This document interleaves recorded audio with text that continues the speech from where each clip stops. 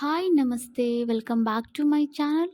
ಮಸಾಲ ಪಡ್ಡು ಮಾಡೋದು ಹೇಗೆ ಅಂತ ಈ ವಿಡಿಯೋದಲ್ಲಿ ನೋಡೋಣ. ನಾನಿಲ್ಲಿ 2 ಕಪ್ಪು ಅಕ್ಕಿಗೆ ಅದೇ ಕಪ್ಪಿನಿಂದ ಅರ್ಧ ಕಪ್ನಷ್ಟು ಉದ್ದಿನ ಕಾಳನ್ನು ಸೇರಿಸಿ ಎಲ್ಲವನ್ನು 3ರಿಂದ 4 ಸರಿ ಚೆನ್ನಾಗಿ ತೊಳೆದು ಇಟ್ಕೊಳ್ತಾ ಇದ್ದೀನಿ.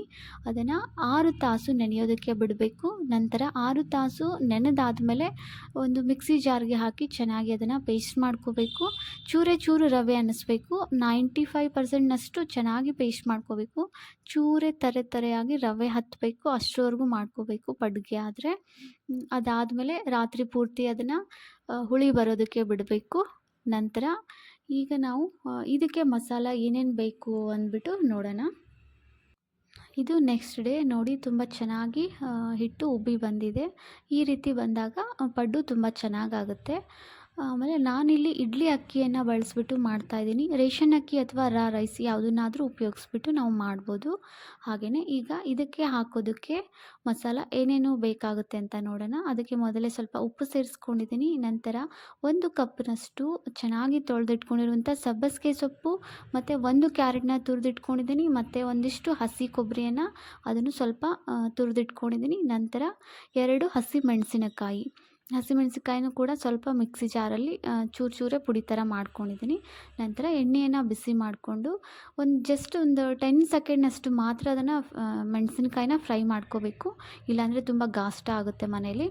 ನಂತರ ಅದಾದಮೇಲೆ ಅದಕ್ಕೆ ಸಬ್ಬಸಿಗೆ ಸೊಪ್ಪನ್ನು ಹಾಕಿ ಚೂರು ಸ್ವಲ್ಪ 1 ನಿಮಿಷದಷ್ಟೇ ಒಂಚೂರು ಹಸಿ ಸ್ಮೆಲ್ ಹೋಗೋವರೆಗೂ ಅದನ್ನ ಫ್ರೈ ಮಾಡಿಕೊಂಡು ನಂತರ ಅದಕ್ಕೆ ಕ್ಯಾರೆಟ್ ತುರಿಯನ್ನು ಹಾಕಿ ಅದನ್ನು ಕೂಡ 1ರಿಂದ 2 ನಿಮಿಷ ಮಾತ್ರ, ತುಂಬ ಅದನ್ನು ಫ್ರೈ ಮಾಡೋ ಅವಶ್ಯಕತೆ ಇರಲ್ಲ. ಸ್ವಲ್ಪ ಶಾಲೋ ಫ್ರೈ ಮಾಡಿಕೊಂಡು ನಂತರ ಅದಕ್ಕೆ ಕೊಬ್ಬರಿಯನ್ನು ಕೂಡ ಹಾಕಿ ಎಲ್ಲವನ್ನು 1 ನಿಮಿಷ ಅದನ್ನು ಮಿಕ್ಸ್ ಮಾಡಿ ಫ್ರೈ ಮಾಡ್ಕೊಳ್ತೀನಿ. ಉಪ್ಪನ್ನು ನಾವು ಹಿಟ್ಟಿನಲ್ಲೇ ಸೇರಿಸಿರೋದ್ರಿಂದ ಇದಕ್ಕೆ ನಾವು ಮತ್ತೆ ಉಪ್ಪನ್ನು ಸೇರಿಸ್ಕೊಳ್ತಾ ಇಲ್ಲ. ಚೆನ್ನಾಗಿ ಎಲ್ಲದನ್ನು 1ರಿಂದ 2 ನಿಮಿಷ ಹಸಿ ಸ್ಮೆಲ್ ಹೋಗೋವರೆಗೂ ಈ ಥರ ಫ್ರೈ ಮಾಡ್ಕೋಬೇಕು. ಡೈರೆಕ್ಟ್ ಕೂಡ ನಾವು ಹಿಟ್ಟಿಗೆ ಹಸಿದನ್ನೇ ಯೂಸ್ ಮಾಡ್ಬೋದು. ಅದು ಸ್ವಲ್ಪ ಹಸಿ ಸ್ಮೆಲ್ ಬರುತ್ತೆ ಪಡ್ಡು ರೆಡಿ ಆದಾಗ. ಹಾಗಾಗಿ ಈ ಥರ ಬಿಸಿ ಮಾಡಿಬಿಟ್ಟು ಆಮೇಲೆ ಹಾಕ್ಕೊಳ್ಳೋದ್ರಿಂದ ಅಷ್ಟು ಸಬ್ಬಸಿಗೆ ಸೊಪ್ಪಿನ ಸ್ಮೆಲ್ ಬರಲ್ಲ. ಅದಾದಮೇಲೆ ತವೆಗೆ ಚೂರು ಎಣ್ಣೆಯನ್ನು ಹಾಕಿಬಿಟ್ಟು ಈಗ ಪಡ್ಡನ್ನು ರೆಡಿ ಮಾಡ್ಕೊಳ್ತಾ ಇದ್ದೀನಿ. ತುಂಬ ರುಚಿಯಾಗಿ ಬರುತ್ತೆ.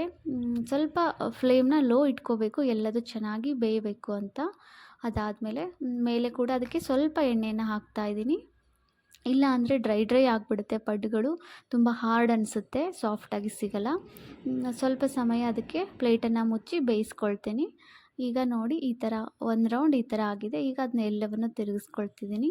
ಚೆನ್ನಾಗಿ ಕಲರ್ ಬಂದಿದೆ, ಮೇಲೆ ಕ್ರಿಸ್ಪಿ ಆಗಿರುತ್ತೆ. ಆಮೇಲೆ ಪ್ಲೇಟನ್ನೇ ನಾವು ಮುಚ್ಚೋದ್ರಿಂದ ಸಾಫ್ಟಾಗಿ ಬರುತ್ತೆ. ಕ್ರಿಸ್ಪಿ ಬೇಕು ಅಂದರೆ ಪ್ಲೇಟ್ನ ಮುಚ್ಚೋ ಅವಶ್ಯಕತೆ ಇರಲ್ಲ. ಈ 1 ರೌಂಡ್ ಆದಮೇಲೆ ನಾನು ಪ್ಲೇಟ್ನ ಮುಚ್ಚಲ್ಲ, ಅದಕ್ಕೆ ಎಣ್ಣೆನ ಮೇಲೆ ಹಚ್ತಾ ಇದ್ದೀನಿ. ಇಲ್ಲ ಅಂದರೆ ಪಡ್ಡುಗಳು ಹಾರ್ಡ್ ಆಗುತ್ತೆ, ಹಾಗಾಗಿ ಎಣ್ಣೆ ಹಚ್ಚಬೇಕಾಗುತ್ತೆ. ನೋಡಿ ಇಷ್ಟ ಆಗಿತ್ತು, ಚೆನ್ನಾಗಿರುವಂಥ ಟೇಸ್ಟಿಯಾಗಿರುವಂಥ ಪಡ್ಡು. ನೀವೂ ಟ್ರೈ ಮಾಡಿ. ಇದಕ್ಕೆ ಈರುಳ್ಳಿ ಮತ್ತು ಬೆಳ್ಳುಳ್ಳಿಯನ್ನು ಬಳಸ್ತೇ ಮಾಡ್ತಿರುವಂಥ ಮಸಾಲ ಪಡ್ಡು ಇದಾಗಿದೆ. ನಿಮ್ಮ ಒಪಿನಿಯನ್ನ ಕಮೆಂಟ್ ಮುಖಾಂತರ ಶೇರ್ ಮಾಡಿ. ಹಾಗೆಯೇ ನೀವು ನನ್ನ ಚಾನಲ್ನ ಫಸ್ಟ್ ಟೈಮ್ ನೋಡ್ತಾ ಇದ್ದೀರಾ, ಪ್ಲೀಸ್ ಸಬ್ಸ್ಕ್ರೈಬ್ ಮಾಡಿ ಮತ್ತು ಒಂದು ಲೈಕ್ ಕೊಡೋದನ್ನು ಮರಿಬೇಡಿ. Thank you friends, thanks for watching. ಹೇಗನ್ನಿಸ್ತು ಪಡ್ಡಿನ ರೆಸಿಪಿ ಅಂತ ಕಮೆಂಟ್ ಮಾಡಿ. ಒಳಗೆ ನೋಡಿ ಈ ಥರ ಚೆನ್ನಾಗಿ ಬೆಂದಿದೆ. ಕೊಬ್ಬರಿ ಹಾಕಿರ್ತೀವಲ್ವ, ತುಂಬ ರುಚಿ ಅನಿಸುತ್ತೆ. ಓಪನ್ ಮಾಡಿದಾಗೂ ಚೆನ್ನಾಗಿ ಆಗಿರುತ್ತೆ.